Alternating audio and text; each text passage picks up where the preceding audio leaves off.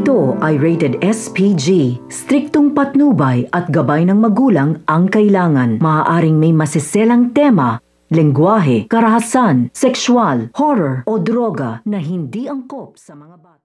Patuloy nga ang pagpapanggap nga ng mga gerero sa harap nga ng mga Kamaynilaan upang sa gayon nga pabanguhin nga ang kanilang mga pangalan na kung saan nga nagpagawa sila ng mga peking ambulansya para nga sa mga tao sa Quiapo. Ngunit dito nga nagdududa naman nga ito nga sila Tinding dahil alam nga nila na meron na naman nga itong hindi magandang ginagawa ang mga gerero.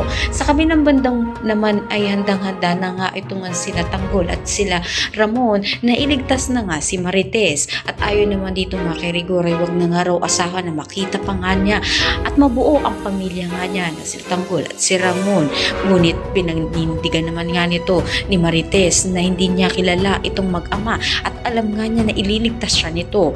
Hindi din nagtagal dito nga makakaharap na naman nga itong nga grupo nila Tanggol at ng mga kapulisan na kung saan nga hindi titigil si Rigor na mapas kanya muli itong si Marites. Kaya naman pakatutukan nga natin dito kung ano na nga kayang kahihinatnan ng pakikipaglaban nila Tanggol dito nga kina Rigor.